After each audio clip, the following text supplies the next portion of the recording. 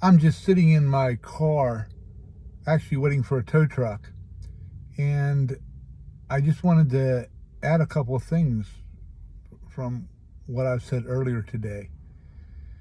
I've read all the news reports and what's happening in Afghanistan, and I just want to say, as firmly as I can, it is unfair to put all of this blame on Joe Biden, our president. It is hypocritical of us to do it. It is wrong to do it. And here's why. If you could just imagine that you went to your 12-year-old son who had never possibly pushed a mower, started a mower,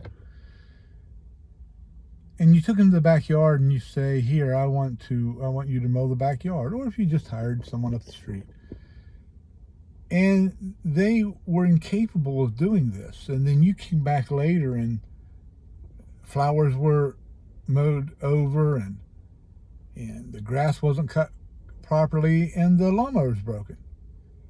How much of that is the young man's fault, and how much is it of the person that put him there?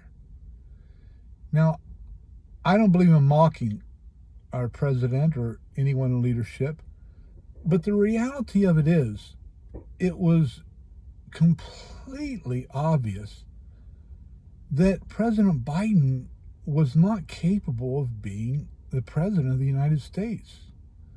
Vice President Harris is not capable of being the vice president. So for all the people out there upset, there of the tens of millions that supposedly voted for Joe Biden, you take the blame. President Biden has some of it. He has a part of it.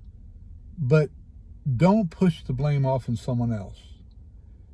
You take the blame, because it was so obvious, completely obvious, that he does not have the capability to be president.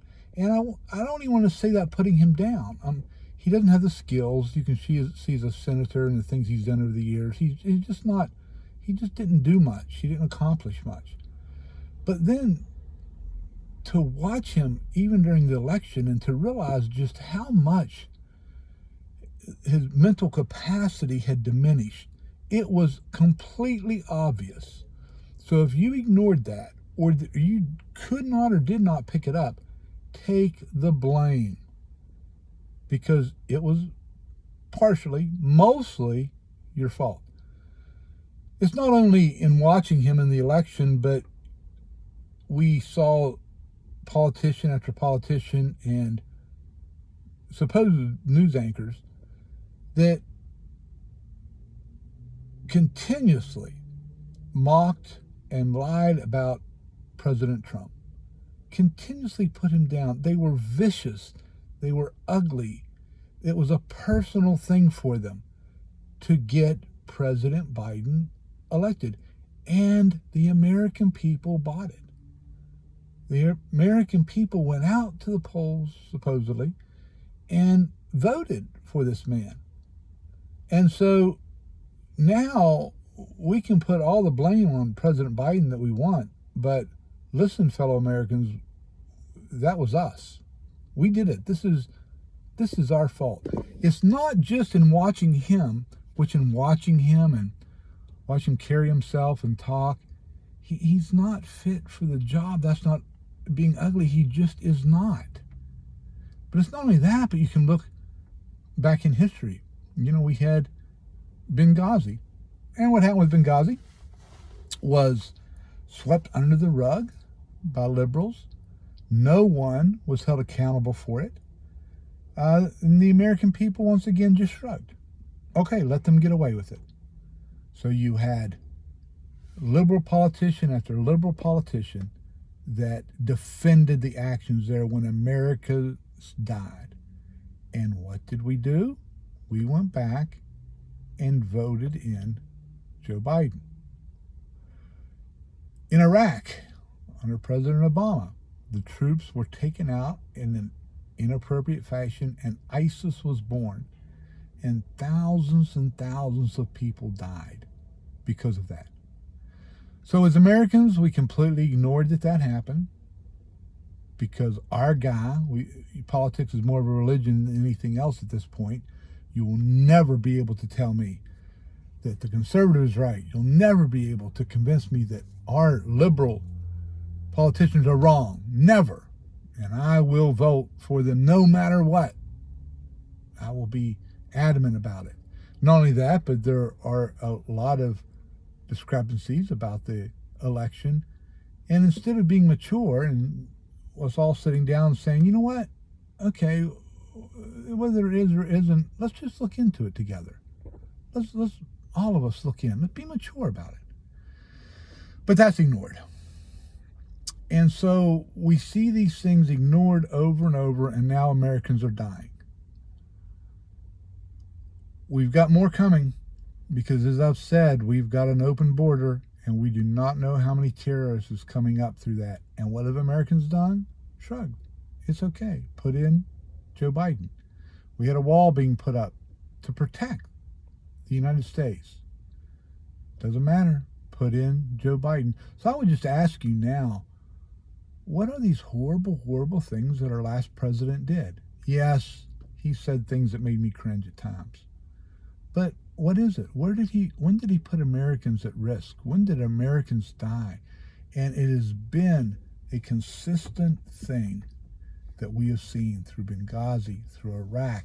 And, of course, we gave piles of money to Iran as well to do what they want. So this is all about the American people. Yes, people are going to come down on President Biden, what have you, but he's just not capable. It's not a matter of being ugly. It's not a matter of being on one side politically.